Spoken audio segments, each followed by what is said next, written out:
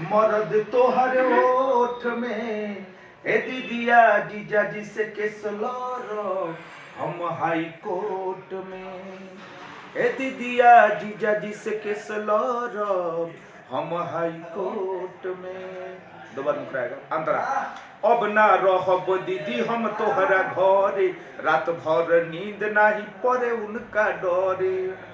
अब ना रहब दीदी हम तोहरा घरे, रात भर नींद नहीं पड़े उनका डरे।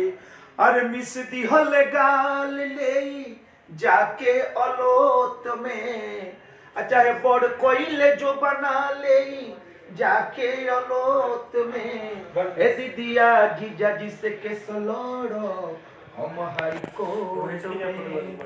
ए दीदिया जीजा जी से कोर्ट लड़ब हम हाई कोर्ट में। दूसरा खींच।